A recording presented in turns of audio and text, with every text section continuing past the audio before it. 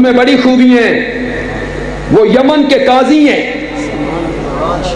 ان میں بڑی خوبیاں ہیں, وہ علم کا پہاڑ ہیں.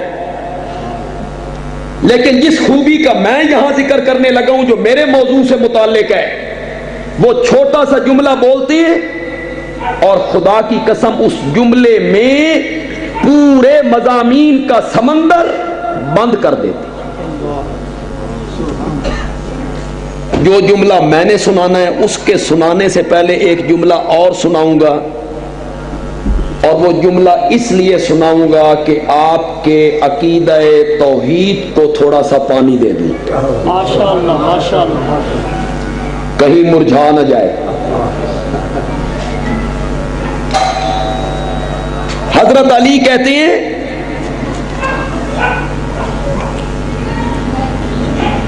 رب کو پہچاننے کی بہت ساری دلیلیں ہیں.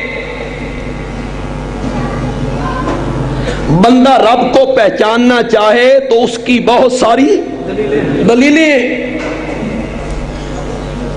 ان کو دیکھے اور رب کو پہچانے. چلتے ہوئے پانی پہ زمین کو ٹکا دیا, زمین ڈولنے لگی تو اس پر پہاڑوں کی میخیں ٹھوک دی, اور پھر زمین کا سینہ چیر کر اس میں دریا, ندیاں, نالے, نہریں بہا دیں, اور پہاڑ کا سخت سینہ چیر کے اس میں سے چشمے اور آبشاریں جاری کر دیں. رب کو اگر کوئی بندہ پہچاننا چاہے تو اس کی بہت ساری دلیلیں ہیں. چلتے ہوئے پانی پہ زمین کو ٹکایا اور بغیر ستونوں کے آسمانوں کی چھت کھڑی کر دی. اس میں پھر تمازت والا سورج ہے, ٹھنڈی ٹھنڈی روشنی والا چاند ہے, اس میں جگمگانے والے ستارے ہیں. اگر انسان اپنے رب کو پہچاننا چاہے تو بحر کو دیکھے, بر کو دیکھے, جنگل کو دیکھے, دریاؤں کو دیکھے, ان کے پانیوں کو دیکھے, صحراؤں کو دیکھے, درندوں, چرندوں, پرندوں, حشرات الارض, کیڑے مکوڑے, فصلیں, نباتات, ان کو دیکھے اور مجھے پہچاننے کی کوشش کرے کہ جس نے یہ سب چیزیں بنائی ہیں رب بھی وہی ہے, جس نے یہ سب چیزیں بنائی ہیں الہ بھی وہی ہے, جس نے یہ سب چیزیں بنائی ہیں معبود بھی وہی ہے. قرآن پاک آپ پڑھیں, آپ کو قرآن پاک میں یہ ساری چیزیں مل جائیں گی.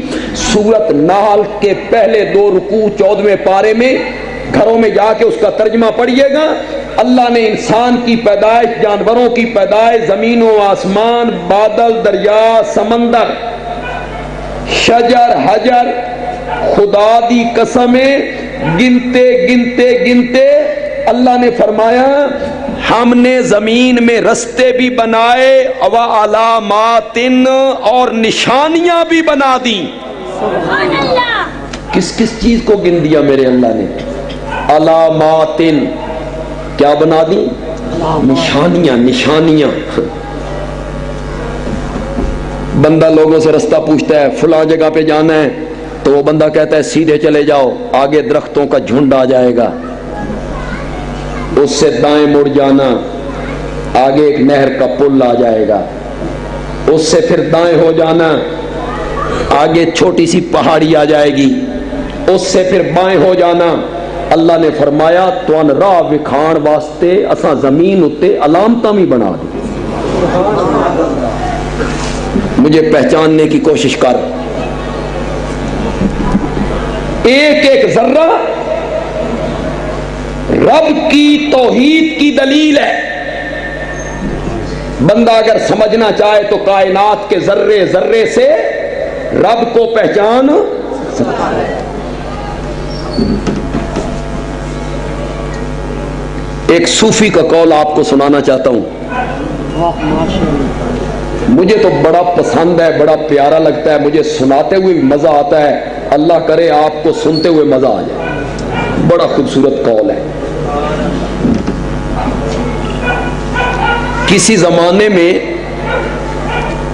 اللہ اللہ سکھانے کی خانقاہیں ہوا کرتی تھی. ایک زمانہ رہا ہے وہاں لوگ اللہ اللہ سیکھتے تھے.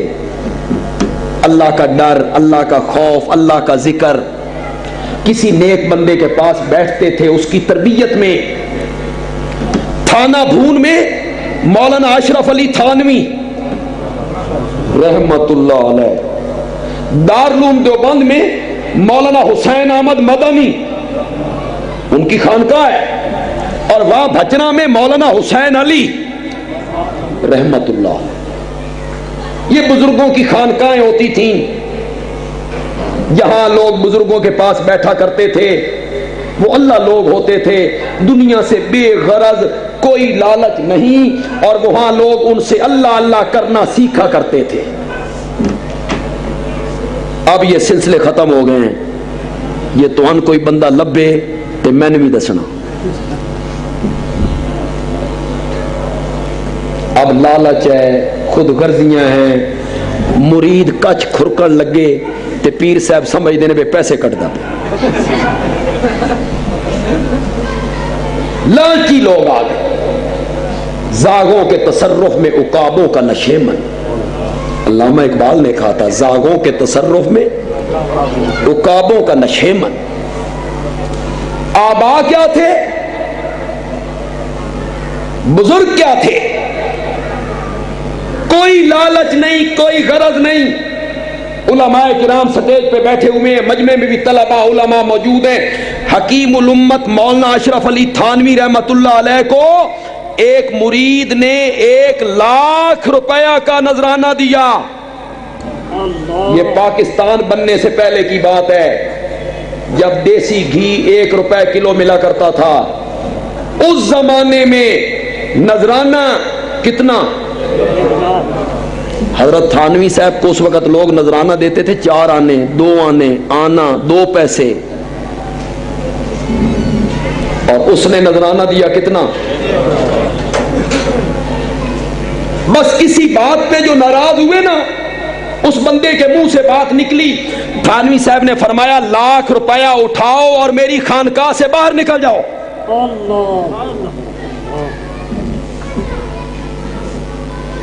وہ بھی دنیا دار تھا. تے دنیا داراں دی گردن نے جڑا سریا ہوندا نا, وہ پیسے کا تکبر اور دولت کا تکبر اور سرمایہ کا تکبر اور زمینوں کا تکبر, اس تکبر نے اسے یہ بات کہنے پہ مجبور کیا, حضرت آپ مجھے باہر نکال رہے ہیں اور 1,00,000 روپے کے ساتھ نکال رہے ہیں, آپ کو پورے ہندوستان میں 1,00,000 روپیہ دینے والا کوئی مرید نہیں ملے گا. آپ کو تو لوگ دیتے ہیں 4 آنے, 2 آنے, 1 آنا, 2 پیسے, آپ مجھے اٹھا رہے ہیں. تھانوی صاحب بھی اس دن موج میں تھے رحمت اللہ علیہ.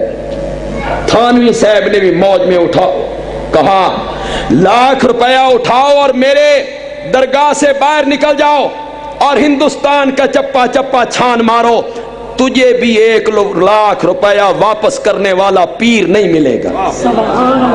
جاؤ ڈھونڈو. وہ بے غرض لوگ ہوتے تھے, ان کو دنیا کے ساتھ, دولت کے ساتھ, کوٹھیوں کے ساتھ, کاروں کے ساتھ, مربوں کے ساتھ, پیٹرول پمپوں کے ساتھ, ہر نئے ماڈل کی گاڑیوں کے ساتھ انہیں کوئی سروکار نہیں ہوا کرتا تھا. وہ اللہ لوگ ہوتے تھے اور لو لگاتے تھے کس سے؟